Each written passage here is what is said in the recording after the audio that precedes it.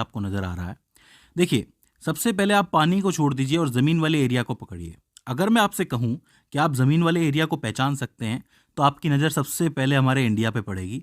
लेकिन फ़िलहाल हम इंडिया की बात नहीं कर रहे हैं। इंडिया तो एक है ही चीज़, लेकिन हम फ़िलहाल द्वीपों की बात कर रहे हैं और उसमें भी महाद्वीपों की बात कर रहे हैं। देखिए, होता क्या है ना, द्वीप छोटा-सा हो सकता है, लेकिन महाद्वीप बहुत बड़ा होता है। एक महाद्वीप में कई सारे देश आ सकते हैं, कई सारी कंट्रीज़ आ सकती हैं। तो हमारी पूरी दुनिया में मेनली 7 महाद्वीप हैं। अच्छा, मैं आपसे पूछूं कि आप किन किन को पहचान सकते हो, तो आपका जवाब सबसे पहले तो एशिया होगा। सीधी सी बात है, अब हम हमारे घर से ही शुरुआत करेंगे तो एशिया आपको नज़र आ जाएगा। सबसे अलग हमें पता है कि ऑस्ट्रेलिया होता है, तो आप ऑस्ट्रेलिया को भी पहचान लोगे। इसके अलावा ये जो हिस्सा आपको नज़र आ रहा है, ये है आपका अफ्रीका। और ये वाला जो हिस्सा है, जो कि मिला हुआ नज़र लग रहा है आपको एशिया के अंदर, वो है आपका यूरोप। इधर की तरफ आओगे तो ऊपर है, नॉर्थ की तरफ है क्योंकि ये, तो ये नॉर्थ अमेरिका। और नीचे चलोगे तो नीचे आपका साउथ अमेरिका। और आखिर में सबसे नीचे अगर आप देखोगे तो आपको अंटार्कटिका भी नजर आ जाएगा। तो कुल मिला के 7 महाद्वीप आपके हो जाते हैं: Asia, Europe, Africa, Australia, north America, south America और अंटार्कटिका।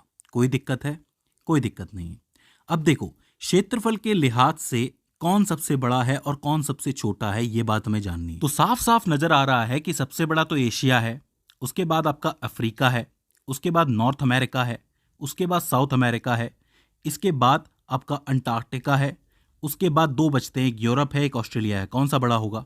यूरोप ही होगा। वो इसलिए क्योंकि यूरोप के अंदर बहुत सारे देश हैं। और लास्ट में आपका ऑस्ट्रेलिया बचता है। तो क्षेत्रफल के लिहाज से सीधे सीधे पहचाना जा सकता है कि कौन सा बड़ा है और कौन सा छोटा है। पूछ लिया जाता है, ये सवाल बनता है मेनली बहुत बार। इसके बाद पूछा जाएगा कि पॉपुलेशन के हिसाब से, यानी कि जनसंख्या के हिसाब से, कौन सा द्वीप सबसे बड़ा है, कौन सा सबसे छोटा है। तो अब भारत और चाइना जिस द्वीप के अंदर हैं, तो ऑब्वियसली उसी द्वीप की जो पॉपुलेशन है, जनसंख्या है, वो सबसे ज़्यादा होगी। तो एशिया नंबर 1 पे आता है। दूसरे में अफ्रीका आएगा, सीधी सी बात है, क्योंकि अफ्रीका में भी जनसंख्या बहुत है, बहुत सारे देश हैं वहाँ पे। यूरोप आएगा इसके बाद, क्योंकि यूरोप में बहुत सी कंट्रीज़ हैं। इसके बाद नॉर्थ अमेरिका, फिर साउथ अमेरिका, उसके बाद ऑस्ट्रेलिया और सबसे लास्ट में अंटार्कटिका। ऑब्वियसली बात है, वहाँ पे बहुत बर्फ है, इसलिए बहुत कम लोग रहते हैं। तो जनसंख्या के हिसाब से सबसे बड़ा एशिया हो जाता है और सबसे छोटा अंटार्कटिका हो जाता है। तो इसको पहचानना मुश्किल नहीं है। तो पहली 2 चीजें आपको याद रखनी है: क्षेत्रफल के लिहाज से बड़ा कौन है, छोटा कौन है, और जनसंख्या के हिसाब से छोटा कौन है, बड़ा कौन है। ठीक है, अब देखो, ये तो महाद्वीप हो जाते हैं, लेकिन इन्हीं से जुड़े हुए 2-3 नाम और आपको सुनने को मिलते हैं। पहला है ग्रीनलैंड। ये जो एरिया आपको नजर आ रहा है, ये अलग से एरिया बचता है, तो ये ग्रीनलैंड का एरिया है। आता ये नॉर्थ अमेरिका के अंदर ही है, लेकिन हम लोग इसको ग्रीनलैंड कहते हैं क्योंकि ये जगह ही ग्रीनलैंड है। इसके बाद आती है यूरेशिया। अब यूरेशिया 2 शब्दों से मिलकर बनी है, एक है यूरोप और एक है एशिया।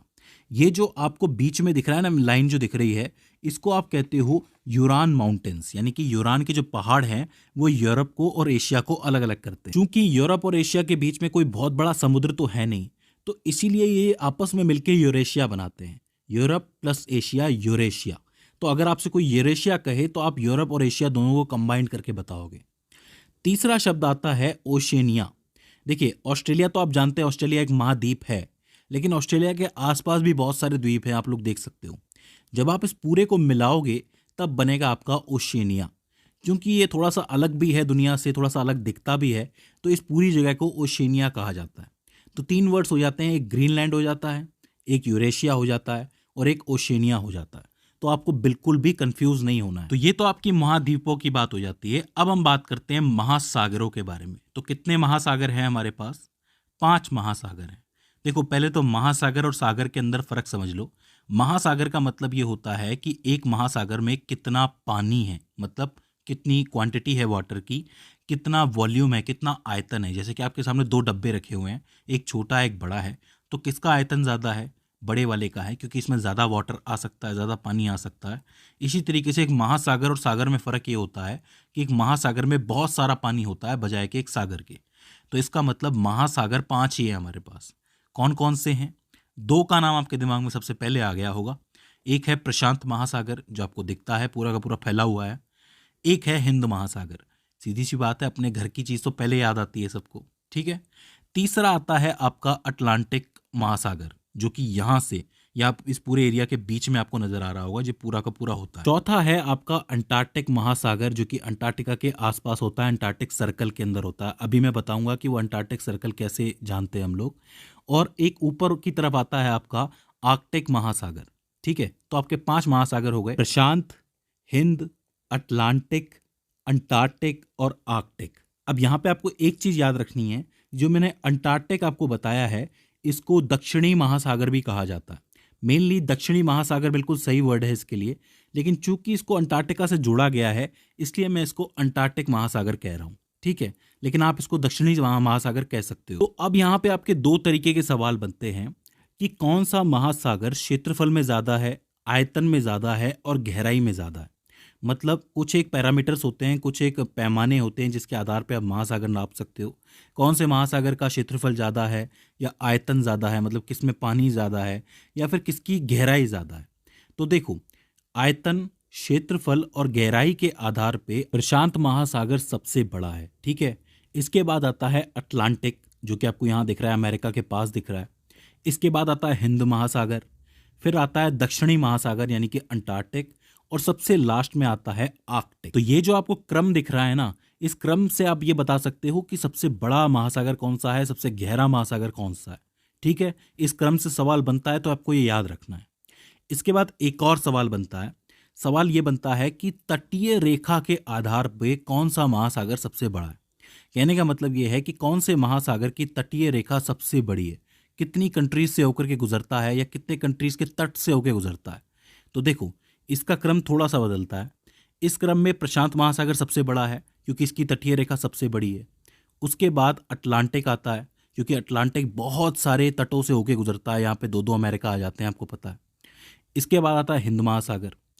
इसके बाद आता है आर्कटिक, यानी कि ऊपर वाला आता है, क्योंकि यहाँ पे बहुत सारे देश हैं, तो बहुत सारे देशों के लिए इसकी तटीय रेखा काफ़ी बड़ी हो जाती है। और लास्ट में आता है आपका दक्षिणी महासागर यानी कि अंटार्कटिक महासागर, क्योंकि वहाँ पे देश कम हैं, तो इस वजह से उसकी तटीय रेखा छोटी हो जाती है। तो ये हो जाते हैं आपके महासागर। अब आप पूछेंगे कि सागर कौन से हैं, तो देखो, महासागर और सागर कोई अलग तो नहीं है, लेकिन जब आप देशों के पास जाते हो तो देशों के पास जाते ही उन देशों के अपने सागर बन जाते हैं। जैसे हिंद महासागर तो आपको पता है, वो तो एक महासागर है, लेकिन जब आप बंगाल के पास जाओगे तो आपको मिलेगी बे ऑफ बंगाल यानी कि बंगाल की खाड़ी, तो वो एक सागर है, क्योंकि भारत की अधिकतर नदियां जो होती हैं वो बंगाल की खाड़ी में जाके ही गिरती हैं। ठीक है, इसके बाद जैसे अरेबियन सी आ जाता है, जैसे कि आपका मिडल ईस्ट यहाँ पे होता है, जहाँ पे अरब कंट्रीज होती हैं, तो उनके पास के सागर को अरेबियन सागर कहते हैं। नीचे आओगे तो गल्फ ऑफ एडन कहलाता है ये। इधर की तरफ साउथ चाइना का सागर है, ऊपर थोड़ा ईस्ट चाइना का सागर है। इसके अलावा जापान ये आपको नज़र आ रहा होगा, तो जापान के पास वाले सागर को सी ऑफ जापान कहते हैं, यानी कि जापानी सागर। ऊपर आप चलोगे तो ग्रीनलैंड के पास भी एक सागर मिलेगा, मध्य अमेरिका के पास आपको मिलेगा कैरेबियन सी। तो इसी तरीके से देशों के पास जब आप जाते हो तो वहाँ पे आपको सागर बटे हुए मिलते हैं कि किसी के नाम से सागर है, किसी के नाम से सागर है। जब हम देशों की बात करेंगे तो मैं आपको सागरों के बारे में और अच्छी तरीके से बताऊंगा। तो मुझे उम्मीद है कि आपको महाद्वीप समझ में आ गए होंगे, महासागर समझ में आ गए होंगे। अब हम बात करते हैं 3 इंपॉर्टेंट चीजों के बारे में जिनसे सवाल बनता है। सबसे पहले आता है लैटिट्यूड यानी कि अक्षांश। तो देखो, ध्यान से समझना, ये जिस तरीके से मैप आप लोगों ने देख रखा है, इस मैप में पूरी की पूरी पृथ्वी दिखाई जा रही है। इस पृथ्वी के बीच से कहीं पे यहाँ पे 0 डिग्री से एक लाइन जाती है, जो कि काल्पनिक लाइन होती है, रियल लाइन नहीं होती है। ये काल्पनिक लाइन आगे जाके इसी पॉइंट से जाके मिलती है, क्योंकि धरती गोल है। जब आप पूरे इस नक्शे को गोल कर दोगे तो ये आपस में मिल जाएगी। ये लाइन धरती को 2 बराबर हिस्सों में बांटती है। ऊपर की तरफ होता है उत्तरी गोलार्ध यानी कि नॉर्दर्न हेमिस्फीयर, और नीचे की तरफ होता है दक्षिणी गोलार्ध यानी कि सदर्न हेमिस्फीयर। और इस रेखा को आप लोग कहते हो इक्वेटर यानी कि आपकी भूमध्य रेखा, और यहीं से शुरू होते हैं आपके अक्षांश यानी कि लैटिट्यूड। भूमध्य रेखा एक लैटिट्यूड की लाइन है। इसी के समानांतर जब आप ऊपर चलेंगे 10 डिग्री, 20 डिग्री, 30 डिग्री, 40 डिग्री, तो ये लाइंस खिंचती चली जाएंगी। ठीक है, बिल्कुल समानांतर लाइन होती है ये।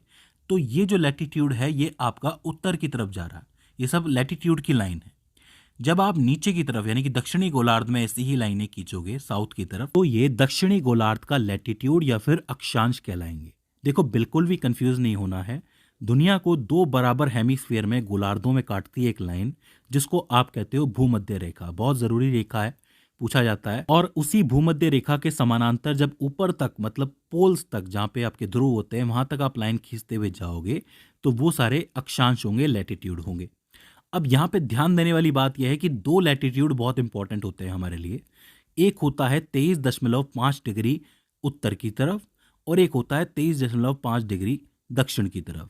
23.5 डिग्री उत्तर की तरफ आपका आता है कर्क रेखा यानी कि ट्रॉपिक ऑफ कैंसर और 23.5 डिग्री साउथ की तरफ आपका आता है मकर रेखा यानी कि ट्रॉपिक ऑफ कैप्रिकॉर्न। अब आप पूछ सकते हैं कि इनमें ऐसी क्या खास बात है।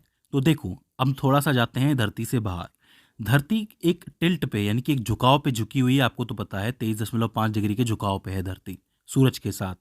तो क्या होता है कि दिसंबर के टाइम पे ट्रॉपिक ऑफ कैप्रिकॉर्न जो होती है वो आपके सूर्य के सामने होती है। ठीक है, आप लोग देख सकते हो बिल्कुल सामने है। वहीं 6 महीने के बाद क्या होता है, मतलब जून के टाइम पे क्या होता है कि जो कर्क रेखा होती है वो बिल्कुल सूर्य के सामने होती है। अब यहाँ पे आप देख सकते हो कि दिसंबर के टाइम पे जो नॉर्दर्न पार्ट होता है वो सन से थोड़ा सा दूर हो जाता है और सदर्न पार्ट सन के थोड़ा सा पास चला जाता है।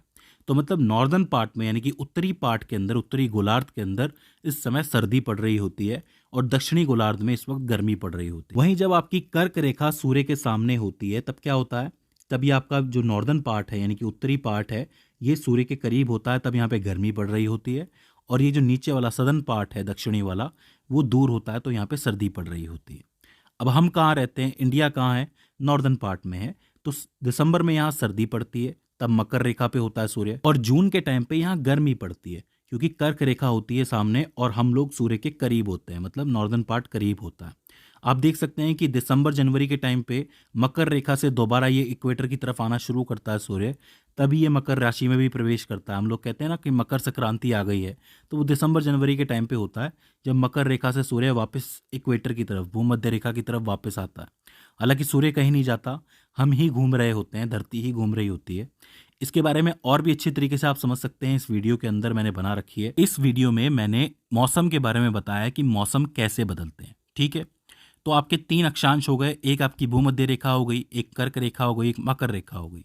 इसके अलावा 2 और अक्षांश होते हैं जो ऊपर की तरफ होते हैं 66.5 डिग्री पे। एक होता है ऊपर की तरफ नॉर्थ में, एक होता है साउथ में नीचे की तरफ। जो नॉर्थ में पार्ट होता है इससे ऊपर ऊपर के एरिया को आप कहते हो आर्कटिक सर्कल। ठीक है, याद रहेगा, 66.5 डिग्री जो होता है उससे ऊपर के एरिया को आर्कटिक सर्कल कहते हैं। वहीं नीचे की तरफ क्या होता है कि ये 66.5 डिग्री साउथ में ये जो नीचे वाला हिस्सा है ये अंटार्कटिक सर्कल कहलाता है। ऊपर वाला आर्कटिक सर्कल, ये अंटार्कटिक सर्कल। तो आपको लैटिट्यूड समझ में आ गया, अक्षांश समझ में आ गया। इसके बाद हम लोग बात करते हैं लॉन्गिट्यूड की। अब देखो, लॉन्गिट्यूड में क्या होता है कि जो आपका उत्तरी ध्रुव होता है यानी कि नॉर्थ पोल और दक्षिणी ध्रुव होता है यानी कि साउथ पोल, ये दोनों आपस में जुड़ते हैं। जैसे कि भूमध्य रेखा में क्या होता है कि यहाँ से यहाँ तक लाइन जाती है, इसी तरीके से ये ध्रुव होते हैं ऊपर नीचे वाले, ये आपस में जुड़ते हैं। ये भी एक काल्पनिक रेखा होती है। इसको आप कह सकते हो कि ये धरती की धुरी होती है। धुरी मतलब जैसे ये धरती है, धरती के बीच से एक लाइन गुजर रही है, काल्पनिक लाइन, इसको धुरी कहा जा सकता है। इसको आप लोग कहते हो लॉन्गिट्यूड। ये जो लॉन्गिट्यूड की लाइन होती है ये पूरी धरती को 2 दूसरे गोलार्धों में बांटती है। एक होता है आपका पश्चिमी गोलार्ध यानी कि वेस्टर्न गोलार्ध यानी कि वेस्टर्न हेमिस्फीयर, और एक होता है आपका पूर्वी गोलार्ध यानी कि ईस्टर्न हेमिस्फीयर। आपने वेस्टर्न वर्ल्ड, ईस्टर्न वर्ल्ड के बारे में सुना होगा ना कि वेस्टर्न परंपरा है, पश्चिम की परंपरा है। तो पश्चिम में कौन से देश आते हैं, ये वाले देश आते हैं, यूरोप आता है पूरा का पूरा। और पूर्व में कौन से देश आते हैं, ये एशिया की जितनी भी कंट्रीज हैं वो सारी आती हैं। इसलिए हम लोग कहते हैं ना पश्चिमी परंपराएं अपना रहे हैं ये लोग, तो मतलब वहाँ की परंपराएं अपनाई जा रही हैं। तो इसी से ये बात पता चलती है। ये जो लाइन आपको दिख रही है, ये लॉन्गिट्यूड की लाइन जो बीच वाली होती है, इसको आप प्रधान मध्याय कहते हो। इंग्लिश में बोले तो प्राइम मेरिडियन कहा जाता है इसको। ठीक है, तो प्राइम मेरिडियन हो जाती है ये लाइन और इक्वेटर हो जाती है ये लाइन। अब देखो, जैसे भूमध्य रेखा के आसपास लाइनें बनी हुई हैं जो कि लैटिट्यूड कहलाती है, अक्षांश कहलाती हैं, इसी तरीके से इस प्राइम मेरिडियन के आसपास भी इस तरीके से लाइनें बनी हुई होती है। ये समानांतर नहीं होती हैं, लेकिन ये कर्वेचर में होती है, घुमाव में होती है। इस तरीके से आप देख सकते हो। इन लाइनों को आप क्या कहते हो, लॉन्गिट्यूड की लाइन है। इन लॉन्गिट्यूड की लाइनों का इस्तेमाल जब प्लेन उड़ते हैं ना हवा में, तो वो भी करते हैं। जब आप थोड़ा सा गहराई में जाओगे पढ़ने में इसके लिए, तब आपको ज़्यादा समझ में आ जाएगा। तो अब आपको अक्षांश यानी कि लैटिट्यूड समझ में आ गया, जो आपका देशांतर है यानी कि लॉन्गिट्यूड समझ में आ गया। ठीक है, और जो आपके गोलार्ध होते हैं, हेमिस्फीयर हैं, वो भी समझ में आ गए। एक गोलार्ध होता है जो आपका ऊपर की तरफ होता है यानी कि उत्तरी गोलार्ध, एक दक्षिणी गोलार्ध, एक होता है आपका ईस्टर्न यानी कि पूर्वी गोलार्ध, और एक होता है वेस्टर्न यानी कि पश्चिमी गोलार्ध। अब देखो ये जो आपकी दोनों रेखाएं हैं, एक है आपकी भूमध्य रेखा और एक है आपका प्रधान मध्याय। ये दोनों आपस में कहीं ना कहीं तो मिलती होंगी ना, मतलब इनका इंटरसेक्शन तो कहीं होता होगा, क्रॉस जिसको आप कहते हो।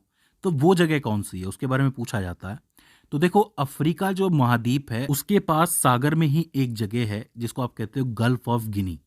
अफ्रीका के पास है ये जगह गल्फ ऑफ गिनी। वहां पे ये दोनों लाइनें इंटरसेक्ट करती हैं, मतलब क्रॉस करती हैं। तो गल्फ ऑफ गिनी में ये दोनों रेखाएं आपस में मिलती हैं। आप जवाब दे सकते हो। तो दोस्तों मुझे उम्मीद है कि आपको महाद्वीप समझ में आए होंगे, महासागर समझ में आए होंगे, उनसे जुड़ी हुई बातें समझ में आई होंगी, और अक्षांश यानी कि लैटिट्यूड, लॉन्गिट्यूड, और जो आपका हेमिस्फेयर है, गोलार्ध है, वो समझ में आया होगा। अब अगली वर्ल्ड मैप की वीडियो में हम लोग देशों की बात करेंगे। देशों के बारे में मैं आपको बताऊंगा कि कौन सी कंट्री कहाँ है और वहाँ पे कौन सी लॉन्गिट्यूड की लाइन गुजरती है, कौन सी लैटिट्यूड की लाइन गुजरती है, कौन सी जगह ज़्यादा इंपॉर्टेंट है। ये सारी चीज़ें मैं आपको बताऊंगा जिससे काफ़ी सारे सवाल आपके बन जाते हैं। तो दोस्तों मुझे उम्मीद है कि ये वीडियो आपके लिए हेल्पफुल साबित रही होगी। अगर इसके बाद भी इसके अंदर आपको कोई क्वेरी आती है, कोई दिक्कत आती है, तो आप हमें कमेंट सेक्शन में बता सकते हैं। तो दोस्तों आज की इस वीडियो के अंदर बस इतना ही। See you in the next one.